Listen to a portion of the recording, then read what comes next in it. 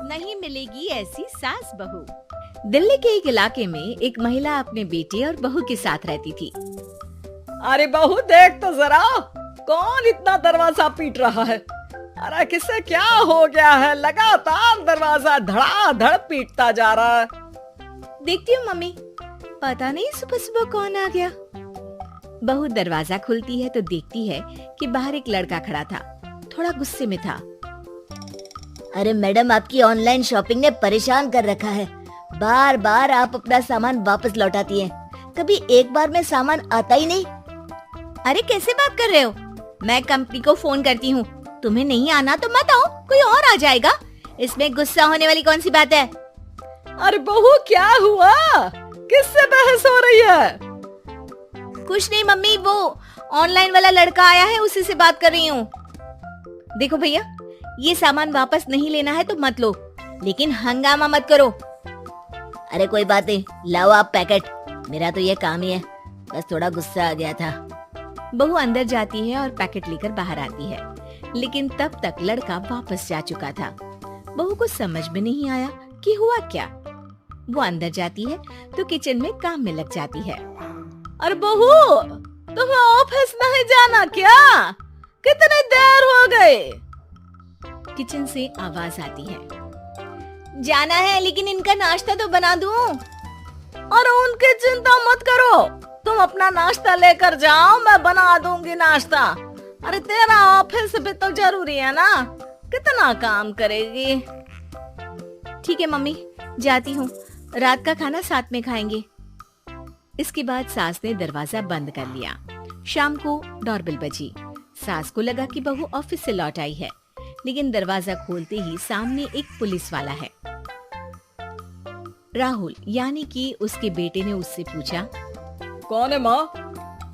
अरे पुलिस आई है बेटा, तुम्हारे बारे में पूछ रहे हैं। अच्छा, अभी आया माँ। आप ही राहुल है? हाँ जी, मैं ही राहुल हूँ। आपकी पत्नी का नाम विनीता है? हाँ जी, लेकिन आप ये सब क्यों पूछ रहे हैं? और कहाँ है मेरी वाइफ? देखिए, परेशान मत होइए, आपको मेरे साथ चलना होगा। मैं आपको रास्ते में पूरी बात बताता हूँ। मैं आपके साथ थाने क्यों चलूं? कोई क्रिमिनल थोड़ी ना हूं मैं। अरे मैं आपको थाने नहीं ले जाने आया हूँ, बल्कि आपको मेरे साथ अस्पताल चलना है। राहुल परेशान होकर पूछता है, क्यों, क्या हुआ? देखिए, आपकी पत्नी का बड़ा एक्सीडेंट हो गया है और वो अस्पताल में भर्ती है। बस किसी तरह से आपका पता मिल सका, इसलिए हम आपको लेने आ गए। राहुल हड़बड़ी में माँ को बगैर बताए पुलिस वालों के साथ घर से निकल जाता है। सर, क्या हुआ मेरी पत्नी को? कुछ तो बताइए। देखिए, घबराइए मत, वो आईसीयू में है, अभी कुछ कहा नहीं जा सकता। कुछ देर में सभी अस्पताल पहुँचते हैं। डॉक्टर साहब, मेरी पत्नी ठीक तो हो जाएगी ना? कैसी हालत है उसकी? देखिए, अभी कुछ कहा नहीं जा सकता है। सिर में चोट है और खून बहुत बह चुका है। शायद खून की भी जरूरत पड़े। ठीक है, मैं खून देने को तैयार हूँ। ठीक है मिस्टर, लेकिन हमें सेम ग्रुप का ही खून चाहिए। अगर आपका मैच होगा तभी आपका खून काम आ सकेगा। जी ठीक है डॉक्टर साहब।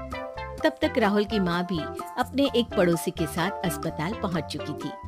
अरे बेटा, क्या हुआ? बहुरी कैसी है?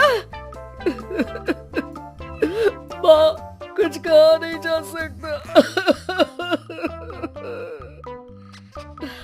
अरे बेटा, परेशान मत हो। अरे बहू को कुछ नहीं होगा, वो दिल की बहुत अच्छी है। माँ बेटे बैठे हुए इंतजार कर रहे हैं। सर, आपका ब्लड मैच नहीं हो रहा है और ब्लड हमें अभी चाहिए। अरे बेटा, डॉक्टर साहब से बोलो ना मेरा ब्लड ले ले। अरे माँ, आपकी उम्र हो चुकी है, आपका खून कैसे ले सकते हैं?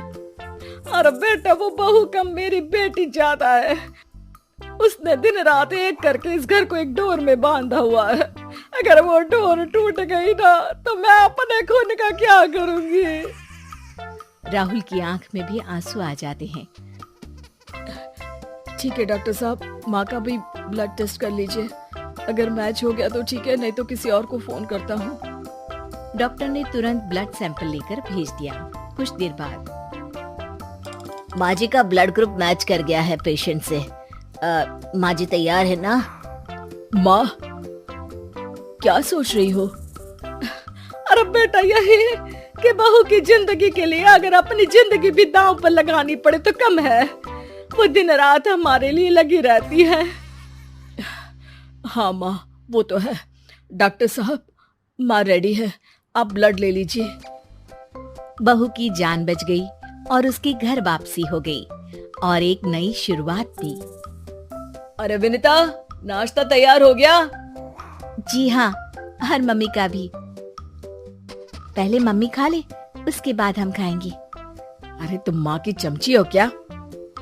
राहुल, मेरी माँ के जाने के बाद उन्होंने ही मेरा माँ की तरह ख्याल रखा है और उस रात उन्होंने खून नहीं दिया होता तो शायद आज मैं जिंदा भी नहीं होती। इतना तो माँ के लिए बनता ही है ना।